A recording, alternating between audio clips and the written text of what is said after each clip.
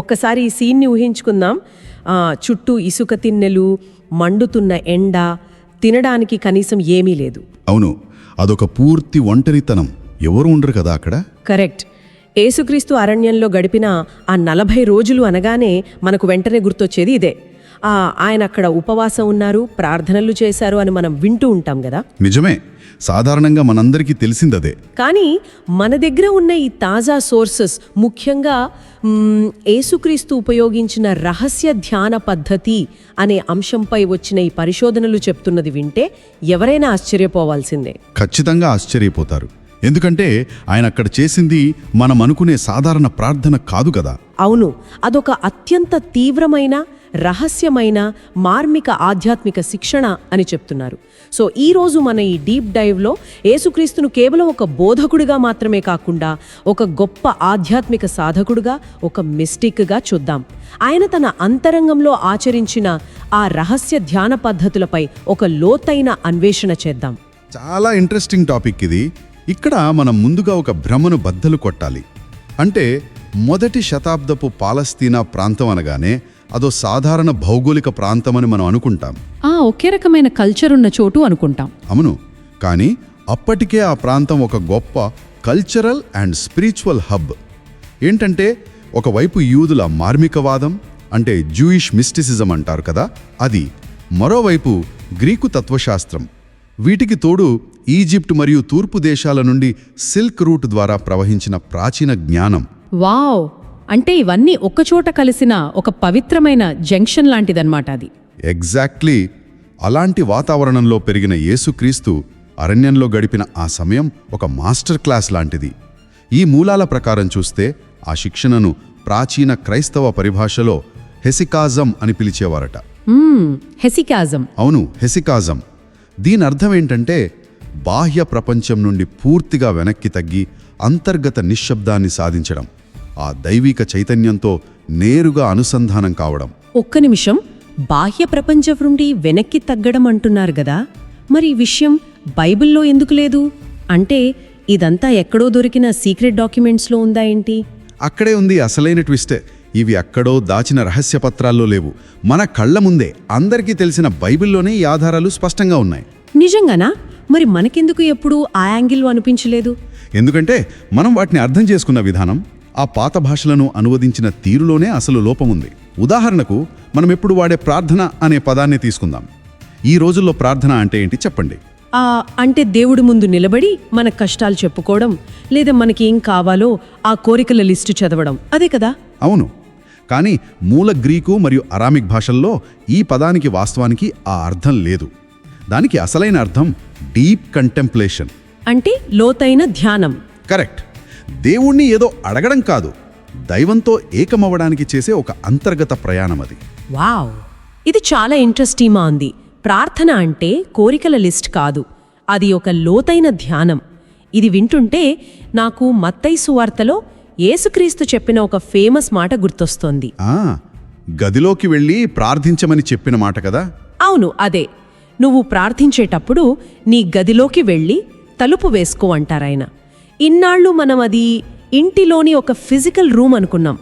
వేరే వాళ్ళకి డిస్టర్బెన్స్ లేకుండా ప్రార్థన చేసుకోమని చెబుతున్నారేమో అనుకున్నాం. కానీ ఇప్పుడు ఈ డీప్ కంటెంప్లేషన్ యాంగిల్లో చూస్తే దీని అర్థం మారుతుంది కదా? అవును, దీనికి ఒక మోడర్న్ ఎగ్జాంపుల్ ఇవ్వచ్చు అనిపిస్తోంది నాకు. మనం ఏదైనా ముఖ్యమైన పనిలో డీప్ ఫోకస్తో ఉండాలనుకున్నప్పుడు, ఎవ్వరూ డిస్టర్బ్ చేయకూడదు అనుకున్నప్పుడు ఏం చేస్తాం? మన స్మార్ట్ ఫోన్ని ఎయిర్ప్లేన్ మోడ్లో పెట్టేస్తాం కదా? కరెక్ట్. నోటిఫికేషన్లన్నీ ఆగిపోతాయి. మన అంతరంగిక చైతన్యంలోకి వెళ్ళి మనసులోని అల్లరిని ఆపివేయడమే దానికి అసలు అర్థమేమో. ఖచ్చితంగా ఎయిర్ప్లేన్ మోడ్ అనేది ఇక్కడ చాలా పర్ఫెక్ట్ అనాలజీ. ఫోన్ ఆ మోడ్లో ఉన్నప్పుడు దానికి సిగ్నల్స్ రావు, అలాగనే అది పనిచేయడం ఆగిపోదు కదా. దాని లోపలి సిస్టమ్ అంతా చాలా యాక్టివ్గానే ఉంటుంది. అవును అవును. అలాగే బయటి ప్రపంచం తాలూకు ఆలోచనలను కట్ చేసి మనలోనే ఆ లోతైన నిశ్శబ్దమైన స్పేస్లోకి ఎంటర్ అవ్వడమే ఈ సాధన.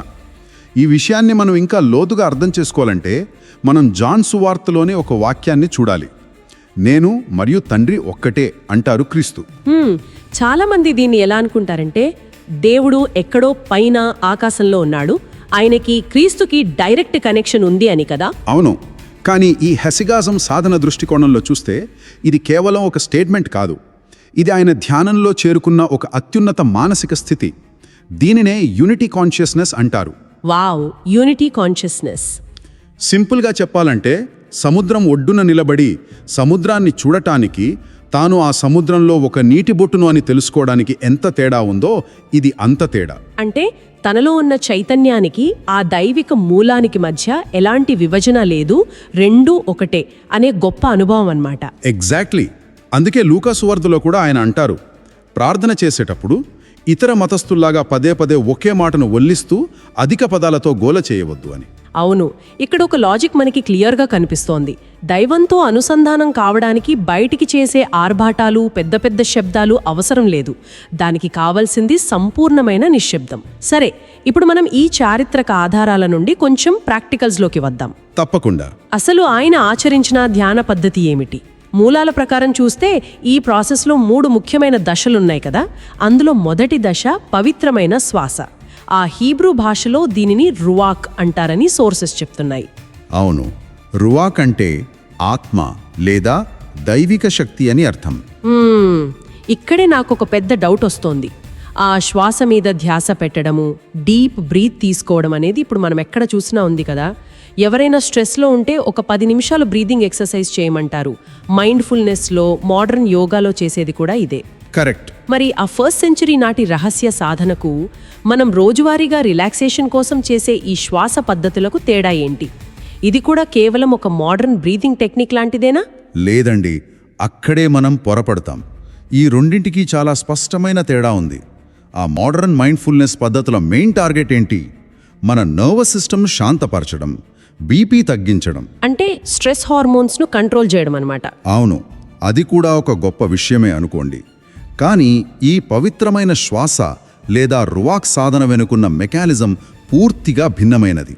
ఇక్కడ శ్వాస అనేది కేవలం ఒక ఫిజికల్ టూల్ కాదు, అది దైవిక ఉనికిని మనలోకి తీసుకువెళ్లే ఒక వాహనం.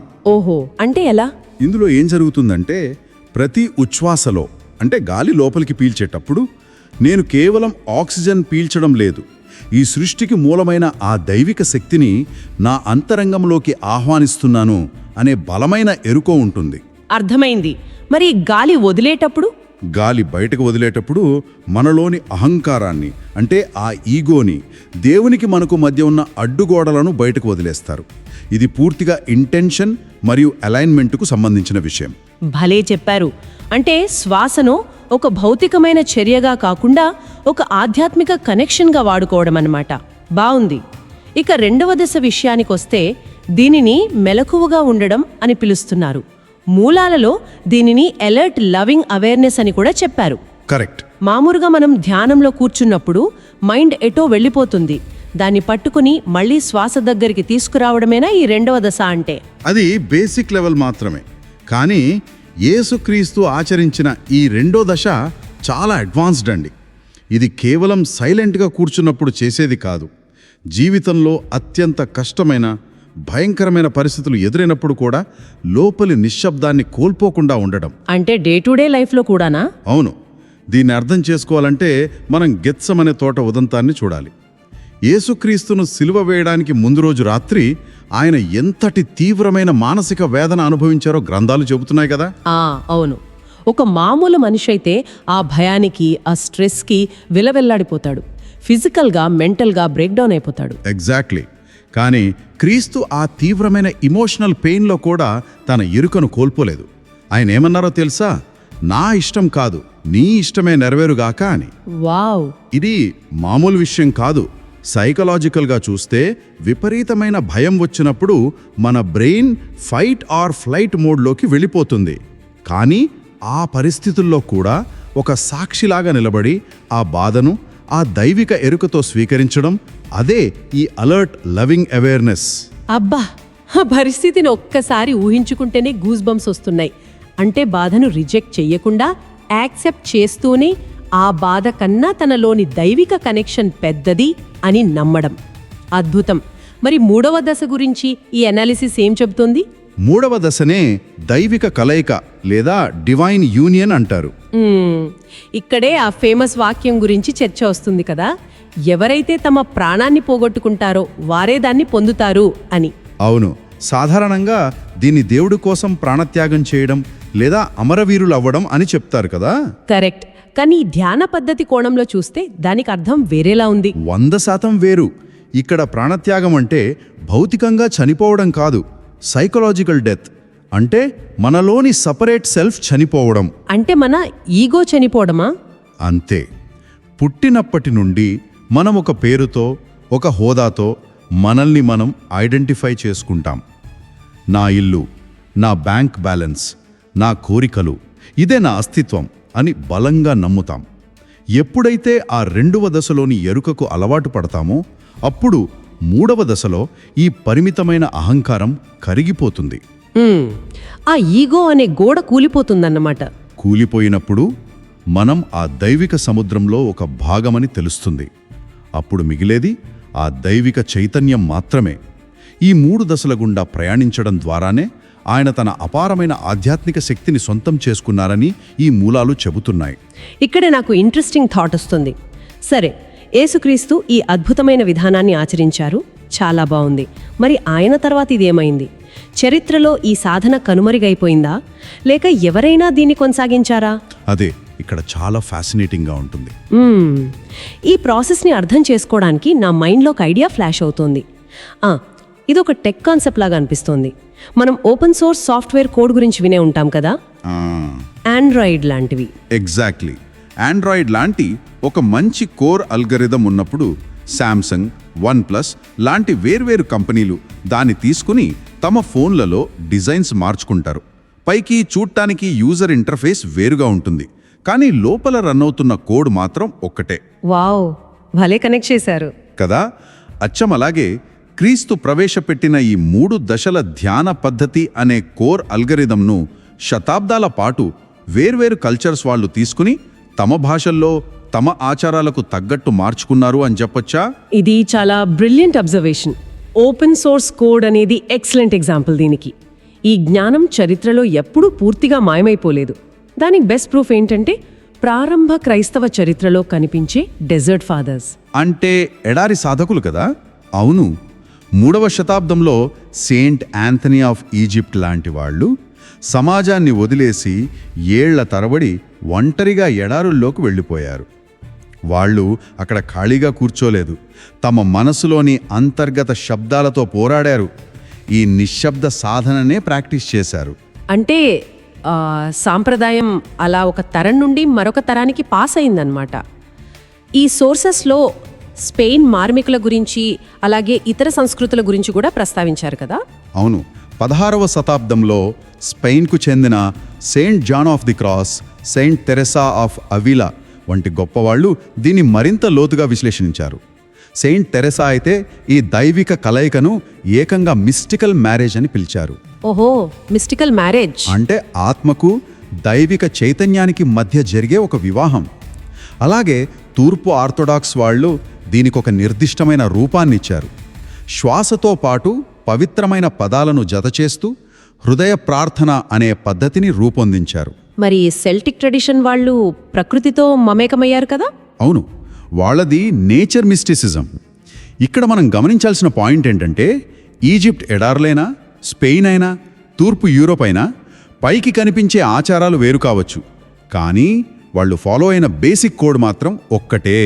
అంటే అదే కదా, బాహ్య ప్రపంచం నుండి వెనక్కి తగ్గడం, శ్వాసను సాధనంగా వాడడం, నిరంతర ఎరుకను కలిగి ఉండడం. అవును, ఇదంతా ఆ 1st సెంచురీ టెక్నిక్కి అచ్చమైన కాపీ లాంటిదే. ఇదంతా వినడానికి ఒక ఎపిక్ హిస్టారికల్ మూవీలాగా చాలా థ్రిల్లింగ్గా ఉంది నిజంగా. ఒక రహస్య జ్ఞానం అలా శతాబ్దాలుగా వేరువేరు రూపాల్లో ప్రవహించడం ఫ్యాసినేటింగ్. ఖచ్చితంగా. కానీ ఇక్కడే మనకు అసలైన ప్రాక్టికల్ ప్రాబ్లం వస్తుంది.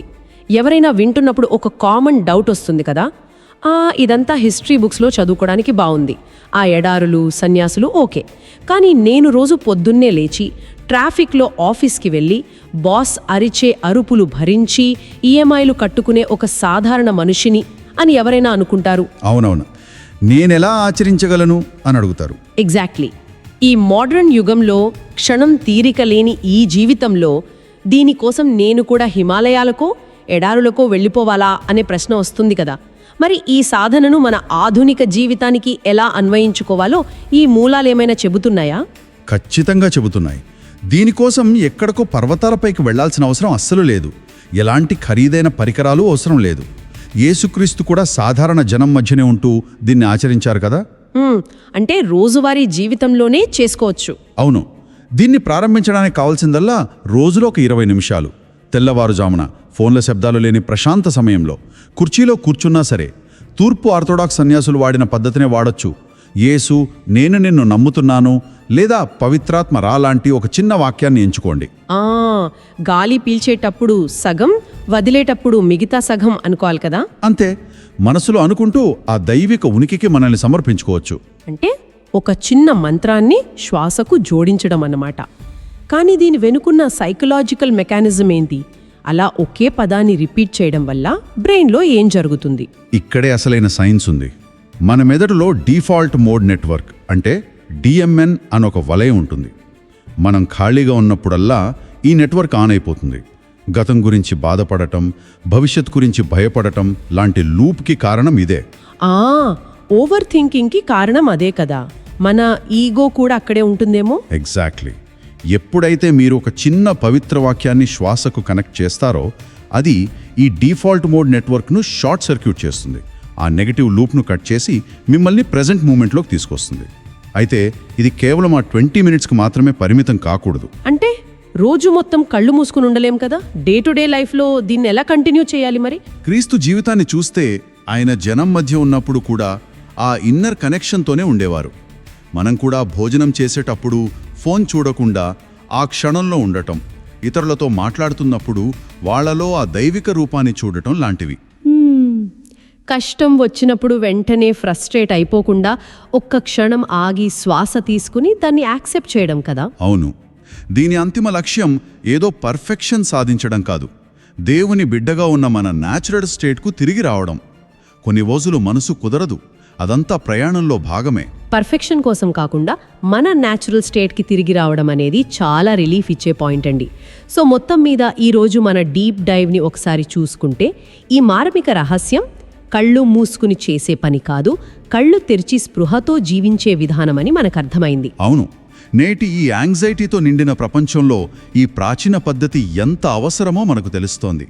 ఇది కేవలం నేర్చుకోవాల్సిన సమాచారం కాదు, ఇది అనుభవించాల్సిన ఒక పరివర్తన. ఖచ్చితంగా.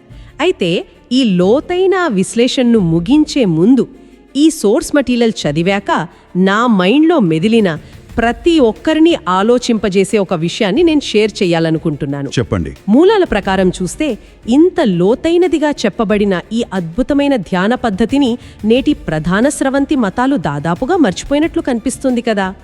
దైవం అనేది ఎక్కడో ఆకాశంలో సుదూరంగా ఉన్న శక్తి కాదు, అది మన శ్వాస ఎంత దగ్గరగా అంత దగ్గరగా ఉందని ఈ పద్ధతి మనకు గుర్తు చేస్తోంది. నిజమే, చాలా దగ్గరగా ఉంది. ఒకవేళ ఈ గ్రంథాలు చెబుతున్నది అక్షరాలా నిజమైతే ఆర్భాటంగా చేసే బాహ్యమైన ఆచారాల కన్నా, అద్భుతమైన కట్టడాల కన్నా మనమందరం ఆ దైవాన్ని బయట వెతకడం మానేసి మన సొంత అంతరింగిక రాజ్యంలో Kingdom of haven with in అంటాం కదా, అక్కడ అన్వేషించడం మొదలు పెడితే నేటి మతాల స్వరూపమే మారిపోతుంది కదా. మన ప్రపంచపు ఆలోచన విధానమే ఇంకెంత అద్భుతంగా ఉంటుందో. వావ్, ఇది చాలా పవర్ఫుల్ థాట్ అండి. నిజంగానే ప్రపంచం మారిపోతుంది కదా. మరి ఒక్కసారి అందరం ఆలోచించుకోవాలి. బయటి ప్రపంచం సౌండ్స్ ఆపి మన లోపలి నిశ్శబ్దాన్ని వినడానికి, మన ఫోన్ని ఆ ఎయిర్ప్లేన్ మోడ్లో పెట్టడానికి మనం సిద్ధమేనా? ఆలోచిస్తూ ఉండండి.